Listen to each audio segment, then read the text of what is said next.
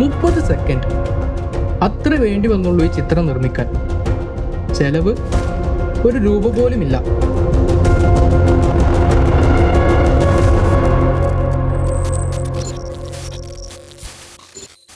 തലയിൽ മുസ്ലിം തൊപ്പി വെച്ചൊരു പാമ്പ്, റെയിൽവേ പാളത്തിൽ വലിയ കല്ലുകൾ ഉരുട്ടിവെച്ച് ഒരു ട്രെയിൻ അട്ടിമറിക്കാൻ നോക്കുന്ന തൊപ്പിയും താടിയുമുള്ള ഒരു മനുഷ്യൻ, ഹിന്ദു യുവാക്കളോടൊപ്പമുള്ള മുസ്ലിം സ്ത്രീകളുടെ ലൈംഗിക ചുവയോടെയുള്ള ചിത്രങ്ങൾ, ഇതെല്ലാം കമ്പ്യൂട്ടറിൽ നിർമ്മിച്ചെടുത്ത ചിത്രങ്ങളാണ്, AI ചിത്രങ്ങൾ. ഈ അടുത്തായി പലരുടെയും സോഷ്യൽ മീഡിയ ഫീഡുകളിൽ വന്ന് നിറയുന്നവ. കാലങ്ങളായി ഇവിടെ പടർന്നുകൊണ്ടിരിക്കുന്ന മുസ്ലിം വിരുദ്ധ പ്രചാരങ്ങൾക്ക് പുതിയൊരു രൂപം കൂടി വന്നിട്ടുണ്ട്.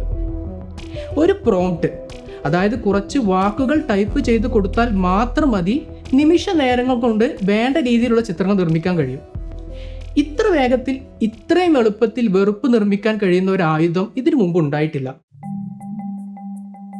എന്താണ് യഥാർത്ഥത്തിൽ ഈ AI സ്ലോപ്പഗണ്ട? സ്ലോപ്പ് എന്നാൽ ചവറ്, പ്രൊപ്പഗണ്ട എന്നാൽ പ്രചാരണം. അതായത് വളരെ കുറഞ്ഞ ചെലവിൽ ചെറിയ പ്രയത്നം കൊണ്ട് AI ടൂളുകൾ ഉപയോഗിച്ചുകൊണ്ട് നിർമ്മിക്കുന്ന വെറുപ്പിനെയും വ്യാജ പ്രചരണങ്ങളെയുമാണ് ഗവേഷകർ സ്ലോപ്പഗണ്ട എന്ന് പറയുന്നത്. സത്യമാണോ വ്യാജമാണോ എന്ന് തിരിച്ചറിയാൻ ബുദ്ധിമുട്ടുള്ള ഡീപ് ഫേക്ക് വീഡിയോകൾ മുതൽ ഒറ്റ നോട്ടത്തിൽ തന്നെ വ്യാജനെന്ന് പറയാൻ കഴിയുന്ന അതിശയോക്തി കലർന്ന ചിത്രങ്ങളും വീഡിയോകളും ഇതിൽ ഉൾപ്പെടുന്നു. പക്ഷെ ഇത് ഇന്ത്യയിൽ മാത്രം ഒതുങ്ങുന്ന ഒരു പ്രശ്നമല്ല കേട്ടോ. ആഗോളതലത്തിൽ തന്നെ തീവ്ര വലതുപക്ഷ രാഷ്ട്രീയം ഇതിനെ ഒരു ശക്തമായ പ്രചാരണ ആയുധമാക്കി മാറ്റിയിട്ടുണ്ട്. അമേരിക്കൻ പ്രസിഡന്റ് ഡൊണാൾഡ് ട്രംപിന്റെ സോഷ്യൽ മീഡിയ പോസ്റ്റുകൾ മാത്രം ഒന്ന് എടുത്തു നോക്കിയാൽ മതി നമുക്കിതിന്റെ ആഴം മനസ്സിലാവും. ഇറാൻ അമേരിക്ക യുദ്ധകാലത്ത് ഇത്തരം AI ടൂളുകൾ ഉപയോഗിച്ച് ധാരാളം കള്ളപ്രചാരണങ്ങൾ ഇറങ്ങിയിരുന്നു. ഇറാനിലെ സ്ത്രീകൾ ലൈംഗിക അതിക്രമത്തിനിരയാകുന്നു എന്ന മട്ടിൽ AI കൊണ്ട് നിർമ്മിച്ച ഒരു വ്യാജ അഭിമുഖം ഇസ്രായേൽ ടെക് കമ്പനിയായ ജനറേറ്റീവ് AI ഫോർ ഗുഡ് പുറത്തുവിട്ടത് അടുത്തിടെ വലിയ വിവാദമായിരുന്നു. വാഷിംഗ്ടൺ DC കേന്ദ്രമായി പ്രവർത്തിക്കുന്ന centre for the study of organised hate എന്ന ഗവേഷണ സ്ഥാപനം 2025 AI generated imagery and new frontiers of Islamophobia in India എന്ന നിർണായകമായ ഒരു റിപ്പോർട്ട് പുറത്തുവിട്ടിരുന്നു. ഇന്ത്യയിൽ AI ചിത്രങ്ങൾ ഉപയോഗിച്ച് മുസ്ലിങ്ങൾക്കെതിരെ വലിയ തോതിൽ ആസൂത്രിതമായി വെറുപ്പ് പ്രചരിപ്പിക്കുന്നതായി ഈ പഠനം കണക്കുകൾ സഹിതം അക്കമിട്ട് നിരത്തുന്നുണ്ട്. 2023 മെയ് മുതൽ 2025 മെയ് വരെ ഗവേഷകർ ശേഖരിച്ചത് 1326 വിദ്വേഷ പോസ്റ്റുകളാണ്. എല്ലാം AI നിർമ്മിതം. പക്ഷേ ഇതിലൊരു കൗതുകരമായ വസ്തുത കൂടിയുണ്ട് കേട്ടോ. ഏറ്റവും കുറവ് പോസ്റ്റുകൾ റിപ്പോർട്ട് ചെയ്യപ്പെട്ടത് ഇൻസ്റ്റഗ്രാമിലാണ്. എന്നാൽ ഏറ്റവും കൂടുതൽ ആളുകൾ എൻഗേജ് ചെയ്തതും ഷെയർ ചെയ്തതും ഇതേ ഇൻസ്റ്റഗ്രാമിൽ തന്നെ. കാരണം ലളിതമാണ്, യുവതലമുറ ഏറ്റവും കൂടുതൽ സമയം സ്പെൻഡ് ചെയ്യുന്നത് ഇൻസ്റ്റഗ്രാമിലാണ്. ഈ വിദ്വേഷ പോസ്റ്റുകളെ പ്രധാനമായും 4 രീതിയിലാണ് ഗവേഷകർ തരംതിരിച്ചിരിക്കുന്നത്. 1. മുസ്ലിം സ്ത്രീകളെ ലൈംഗികവൽക്കരിക്കൽ. 2. മുസ്ലിങ്ങളെ മനുഷ്യരല്ലാത്ത ജീവികളായി ചിത്രീകരിക്കൽ. 3. അടിസ്ഥാനമില്ലാത്ത ഗൂഢാലോചന കഥകൾ. 4. അക്രമത്തെ മനോഹരമായ ദൃശ്യങ്ങളാക്കി മാറ്റൽ. ഇതിൽ ഏറ്റവും കൂടുതൽ ആളുകളിലേക്ക് എത്തിയതും പ്രചരിപ്പിക്കപ്പെട്ടതും ഒന്നാമത്തെ വിഭാഗമായിരുന്നു, മുസ്ലിം സ്ത്രീകളെ ലൈംഗികവൽക്കരിക്കുന്ന ചിത്രങ്ങൾ. ഹിജാബും ബുർക്കയും ധരിച്ച സ്ത്രീകളെ അശ്ലീലകരമായ സാഹചര്യങ്ങളിൽ ചിത്രിക്കുന്ന എണ്ണമറ്റ ചിത്രങ്ങളാണ് ഇവർ പടച്ചുവിട്ടത്. ഹിന്ദു പുരുഷന്മാർക്കൊപ്പം നിൽക്കുന്ന മുസ്ലിം സ്ത്രീകളുടെ ലൈംഗിക ചുവയുള്ള ചിത്രങ്ങൾ. അതിനു താഴെ യുദ്ധക്കൊള്ള മുതൽ എന്ന അടിക്കുറിപ്പുകൾ. കൃഷി, ക്രിക്കറ്റ് പോലുള്ള ഉപമകൾ ഉപയോഗിച്ച് മുസ്ലിം കുടുംബങ്ങൾക്കുള്ളിൽ ലൈംഗിക അരാജകത്വമാണെന്ന് ധനിപ്പിക്കുന്ന AI കാർട്ടൂണുകൾ വരെ നിർമ്മിക്കപ്പെട്ടു. 2025 മാർച്ചിൽ ദ ക്വിന്റ് നടത്തിയ ഒരു അന്വേഷണത്തിൽ ഇത്തരത്തിലുള്ള 250-ലധികം ഇൻസ്റ്റഗ്രാം പേജുകളാണ് കണ്ടെത്തിയത്. അതെ, 250-ലധികം പേജുകൾ. ലവ് ജിഹാദ്, പോപ്പുലേഷൻ ജിഹാദ്, റെയിൽ ജിഹാദ്, ഇങ്ങനെ പല പേരുകളിട്ട് മുസ്ലിങ്ങൾ ഇന്ത്യയുടെ ഐക്യത്തിനും സുരക്ഷയ്ക്കുമെതിരെ എന്തോ വലിയ ഗൂഢാലോചന നടത്തുകയാണെന്ന രീതിയിൽ കഥകൾ മെനഞ്ഞ് AI ചിത്രങ്ങളാക്കി വലിയ തോതിൽ പ്രചരിപ്പിച്ചു.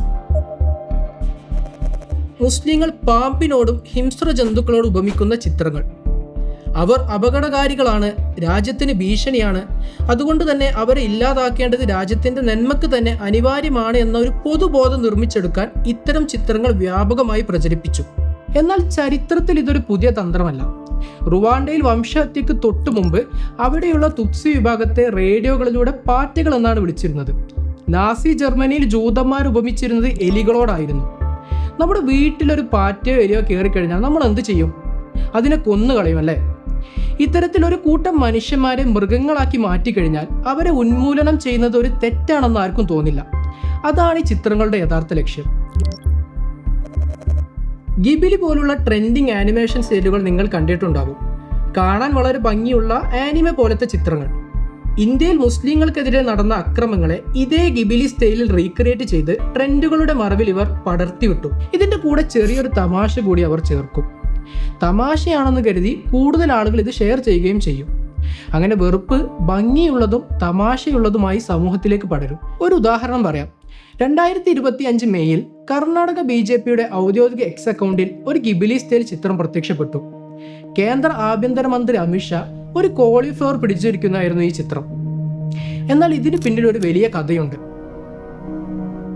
1989 ബീഹാറിലെ ബഗൽപൂരിൽ വെച്ച് നടന്ന ഒരു മുസ്ലിം വിരുദ്ധ കൂട്ടക്കൊലയിൽ ഒരു ഗ്രാമത്തിലെ 100-ലധികം മുസ്ലിങ്ങളെ കൊന്നിട്ട് അവരെ ഒരു കോളിഫ്ലവർ പാടത്ത് കുഴിച്ചു മൂടിയിരുന്നു. ആ ചോരക്കറ പുരണ്ട കൂട്ടക്കൊലയാണ് ഈ നിഷ്കളങ്കമായ ചിത്രം പരോക്ഷമായി ആഘോഷിച്ചത്. ബാബരി മസ്ജിദ് തകർത്തതും ഡൽഹിയിൽ നിസ്കരിച്ചു കൊണ്ടിരിക്കുന്ന മനുഷ്യരെ പോലീസ് ബൂട്ടിട്ട് ചവിട്ടിയതുമെല്ലാം ഇതേ ഗിബിലി സ്റ്റൈലിൽ ആഘോഷിക്കപ്പെട്ടു. ഇതൊക്കെ ഏതോ അജ്ഞാതരായ സോഷ്യൽ മീഡിയ അക്കൗണ്ടുകൾ മാത്രമല്ല ചെയ്യുന്നത്. ഓപ്പ് ഇന്ത്യ, സുദർശൻ ന്യൂസ്, പഞ്ചജന്യ മുതലായ സംഘപരിവാർ മാധ്യമങ്ങൾ ഈ വെറുപ്പിനെ മുഖ്യധാരയിലേക്ക് എത്തിക്കാൻ വലിയ പങ്ക് വഹിച്ചിട്ടുണ്ട്. യഥാർത്ഥ സംഭവങ്ങളെ വളച്ചൊടിച്ച് മുസ്ലിം വിരുദ്ധത പ്രചരിപ്പിക്കുന്നതിൽ കുപ്രസിദ്ധരായ ഇവർ വ്യാജ കഥകൾക്ക് സത്യത്തിന്റെ മുഖം കൊടുക്കാൻ ചിത്രങ്ങളാണ് ഉപയോഗിക്കുന്നത്. ഒരു ഉദാഹരണം പറയാം. പഞ്ചജന്യ അവരുടെ എക്സ് അക്കൗണ്ടിൽ ഒരു ചിത്രം പോസ്റ്റ് ചെയ്തു. അതിലൊരു പള്ളിയുടെ മുകളിൽ നിന്ന് ഒരു കൂട്ടം മുസ്ലിങ്ങൾ താഴെ കൂടെ പോകുന്ന ഗണപതി ഉത്സവ ഘോഷയാത്രക്ക് നേരെ എറിയാൻ കല്ലുകൾ ശേഖരിക്കുന്നതിന്റെ ചിത്രമാണ് ഉണ്ടായിരുന്നത്. ഈ ചിത്രത്തിന് രേഖപ്പെടുത്തപ്പെട്ട ഒരു സംഭവമായും യാതൊരു ബന്ധവും ഉണ്ടായിരുന്നില്ല. അത് പൂർണ്ണമായും കെട്ടിച്ചമച്ച ഒന്നായിരുന്നു. കമ്മ്യൂണിറ്റി മാനദണ്ഡങ്ങൾ പരസ്യമായി ലംഘിക്കുന്ന ഇത്തരത്തിലുള്ള 187 വിദ്വേഷ പോസ്റ്റുകൾ CSOHലെ ഗവേഷകർ സോഷ്യൽ മീഡിയ പ്ലാറ്റ്ഫോമുകൾക്ക് റിപ്പോർട്ട് ചെയ്തിരുന്നു. എന്നാൽ ഇതിന്റെ ഫലം എന്തായിരുന്നു? ഇത്തരത്തിൽ റിപ്പോർട്ട് ചെയ്യപ്പെട്ട പോസ്റ്റുകളിലെ Xലെ ഒരെണ്ണം മാത്രമാണ് നീക്കം ചെയ്യപ്പെട്ടത്. ഇത് ശ്രദ്ധിക്കേണ്ട ഒരു കാര്യം കൂടിയുണ്ട്. ഇത്തരത്തിൽ റിപ്പോർട്ട് ചെയ്യപ്പെടുന്ന പോസ്റ്റുകൾ പരിശോധിക്കുന്നത് പലപ്പോഴും മനുഷ്യരല്ല, അതും തന്നെയാണ്. സ്വന്തം പ്ലാറ്റ്ഫോമിൽ വെറുപ്പ് തടയാൻ വേണ്ടി അവർ തന്നെ നിർമ്മിച്ച നിയമങ്ങൾ നടപ്പിലാക്കുന്നതിൽ ഈ ആഗോള ടെക് ഭീമന്മാർ വലിയ പരാജയമാണ് എന്നതാണ് യാഥാർത്ഥ്യം. ടൂളുകളുടെ പ്രശ്നങ്ങളെക്കുറിച്ച് സംസാരിക്കുമ്പോൾ നമ്മൾ പലപ്പോഴും പറയാറുള്ളത് മനുഷ്യർ ഇതിനെ ദുരുപയോഗം ചെയ്യുന്നു എന്നാണ്. ഇത് ശരിയുമാണ്. പക്ഷെ ഇതിനേക്കാൾ ആഴത്തിലുള്ള മറ്റൊരു പ്രശ്നം കൂടിയുണ്ട്. നിഷ്പക്ഷമെന്ന് നമ്മൾ കരുതുന്ന ഈ ടൂളുകൾക്ക് തന്നെ വംശീയമായ ചില മുൻവിധികളുണ്ട്. ഇതെങ്ങനെ സംഭവിക്കുന്നു? ഈ ടൂളുകൾ കാര്യങ്ങൾ പഠിച്ചെടുക്കുന്നത് ഇന്റർനെറ്റിലെ കോടിക്കണക്കിന് ഡാറ്റകളിൽ നിന്നാണ്. ആ ഡാറ്റകളിൽ വർഷങ്ങളായി മനുഷ്യർ രേഖപ്പെടുത്തി വെച്ച മുൻവിധികളും വംശീയതയും അടങ്ങിയിട്ടുണ്ട്. ഈ വിഷം കലർന്ന ഡാറ്റ തിന്ന് വളരുന്ന സ്വാഭാവികമായും പുറത്തുവിടുന്നതും അതേ മുൻവിധികൾ തന്നെയാണ്. ഉദാഹരണത്തിന് പ്രെഡിക്റ്റീവ് പോലീസിംഗ് എന്നൊരു സംവിധാനം നോക്കാം. ഭാവിയിൽ ആര് എവിടെയാണ് കുറ്റകൃത്യം ചെയ്യാൻ സാധ്യത എന്ന് മുൻകൂട്ടി പ്രവചിക്കുന്ന സംവിധാനമാണിത്. മുസ്ലിങ്ങളും ദളിതരും താമസിക്കുന്ന പ്രദേശങ്ങൾ കുറ്റകൃത്യങ്ങൾ കൂടുതൽ നടക്കുന്ന സ്ഥലങ്ങളാണ് എന്നൊരു മുൻവിധി നമ്മുടെ വ്യവസ്ഥിതിയിൽ പണ്ടേയുണ്ട്. അത്തരം പഴയ ഡാറ്റകൾ വിശകലനം ചെയ്യുന്ന ആ പ്രദേശത്തുള്ളവരെ വീണ്ടും സംശയ നിഴലിലാക്കാൻ നിർദ്ദേശിക്കുന്നു. സ്വാഭാവികമായും അവിടെ പോലീസ് നിരീക്ഷണം കൂടുകയും കൂടുതൽ കേസുകൾ രജിസ്റ്റർ ചെയ്യപ്പെടുകയും ചെയ്യുന്നു. ഈ പുതിയ ഡാറ്റ വീണ്ടും സിസ്റ്റത്തിലേക്ക് എത്തുകയും ഈ പ്രദേശങ്ങളെ വീണ്ടും കൂടുതൽ അപകടകരമെന്ന് മുദ്ര കുത്തുകയും ചെയ്യുന്നു. ഇതൊരു ഫീഡ്ബാക്ക് ലൂപ്പാണ്. ഇതിനെക്കുറിച്ച് ഐക്യരാഷ്ട്രസഭയുടെ മനുഷ്യാവകാശ കൗൺസിലിന്റെ 56ാമത് സമ്മേളനത്തിൽ സമർപ്പിക്കപ്പെട്ട ഒരു പഠന റിപ്പോർട്ട് കൃത്യമായിട്ട് മുന്നറിയിപ്പ് നൽകുന്നുണ്ട്. ഇത് അൽഗോരിതങ്ങൾക്കുള്ളിൽ മാത്രം നടക്കുന്ന ഒന്നല്ല. ഇത്തരം മുൻവിധികൾ ചിത്രങ്ങളായി പുറത്തിറങ്ങുമ്പോൾ എന്ത് സംഭവിക്കുന്നുവെന്ന് റെയിൽ ജിഹാദ് പോലെയുള്ള ആരോപണങ്ങൾ നമുക്ക് കാണിച്ചു തരുന്നു. ഈ അടുത്ത് കോഴിക്കോട് ഫറൂഖിൽ ഒരു സംഭവം നടന്നു. ട്രെയിനിൽ നേരെ ആരോ കല്ലെറിഞ്ഞു. ട്രെയിനിൽ സഞ്ചരിച്ചിരുന്ന ഒരു വിദ്യാർത്ഥിനിക്ക് ഗുരുതരമായ പരിക്കേറ്റു. ദിവസങ്ങൾക്കകം തന്നെ പോലീസ് അന്വേഷണത്തിൽ കൃഷ്ണകുമാർ എന്നൊരാളെ പിടികൂടിയിരുന്നു. എന്നാൽ പ്രതിയെ പിടികൂടുന്നതിന് മുന്നേ തന്നെ സോഷ്യൽ മീഡിയകളിലെല്ലാം മുസ്ലിങ്ങളാണ് ഇതിന് പിന്നിലെന്ന് വിധിയെഴുതി. പ്രതി ആരാണെന്ന് അറിയുന്നതിന് മുന്നേ തന്നെ വെറുപ്പ് അതിന്റെ പണി കൃത്യമായി ചെയ്തിരുന്നു. കേരളത്തിൽ മാത്രമല്ല, ഇന്ത്യയിൽ ഒട്ടാകെ തന്നെ കുറെ കാലങ്ങളായി റെയിൽവേ ദുരന്തങ്ങൾ ഉണ്ടായാൽ മുസ്ലിങ്ങൾക്ക് നേരെയാണ് ആദ്യം വിരൽ ചൂണ്ടുന്നത്. 2024 വന്ദേ ഭാരത് ട്രെയിനിന്റെ ജനൽ ചുറ്റിക കൊണ്ട് തകർക്കുന്ന ഒരാളുടെ വീഡിയോ പ്രചരിച്ചിരുന്നു. അയാൾ മുസ്ലിമാണെന്ന് വരുത്തി തീർക്കുന്ന രീതിയിൽ റെയിൽ ജിഹാദ്, ട്രെയിൻ ജിഹാദ് എന്ന ഹാഷ്ടാഗുകളോട് കൂടിയാണ് വീഡിയോ പ്രചരിച്ചിരുന്നത്. പക്ഷെ പിന്നീട് ഫാക്ട് ചെക്കുകളിൽ പുറത്തു വന്ന സത്യം എന്താണെന്നോ? അയാൾ റെയിൽവേയുടെ കരാർ ജോലിക്കാരനായിരുന്നു, പൊട്ടിയ ചില്ല് മാറ്റാൻ വന്ന ഒരു സാധാരണ തൊഴിലാളി. ഇങ്ങനെ ഓരോ തവണയും കള്ളങ്ങൾ പൊളിയുന്നു. എന്നാൽ AI കൊണ്ട് നിർമ്മിച്ച റെയിൽവേ പാളങ്ങളിൽ കല്ലുകൾ കൊണ്ടിടുന്ന, ട്രാക്കുകൾ നിസ്കരിക്കുന്ന, ട്രെയിനുകൾ മനഃപൂർവ്വം നശിപ്പിക്കുന്ന മുസ്ലിങ്ങളുടെ ചിത്രം വ്യാപകമായി പ്രചരിക്കപ്പെടുന്നു. ഇത് ആവർത്തിച്ച് കാണുന്ന ആളുകളെ സംബന്ധിച്ചിടത്തോളം സാധാരണ റെയിൽവേ അപകടങ്ങൾക്ക് പിന്നിൽ പോലും മുസ്ലിങ്ങളാണ് എന്നൊരു ധാരണ ഉണ്ടാകുന്നു.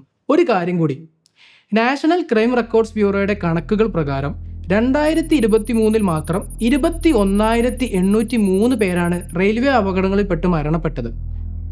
വേണ്ട രീതിയിലുള്ള സുരക്ഷാ സംവിധാനങ്ങളും അടിസ്ഥാന സൗകര്യങ്ങളും ഇല്ലാത്തതാണ് ഇതിൻ്റെ പ്രധാന കാരണം. എന്നാൽ മുസ്ലിം ഗൂഢാലോചന എന്നൊരു കഥ നിലനിൽക്കുന്നിടത്തോളം കാലം ഈ കാരണങ്ങളൊന്നും ആരും ചോദ്യം ചെയ്യാൻ പോകുന്നില്ല. ഈ മരണങ്ങളൊന്നും ആരും തടയാനും പോകുന്നില്ല. ഈ വീഡിയോയിൽ നമ്മൾ കണ്ട ചിത്രങ്ങളെല്ലാം വ്യാജമാണ്, ഒന്നും യഥാർത്ഥത്തിൽ നടന്നതല്ല.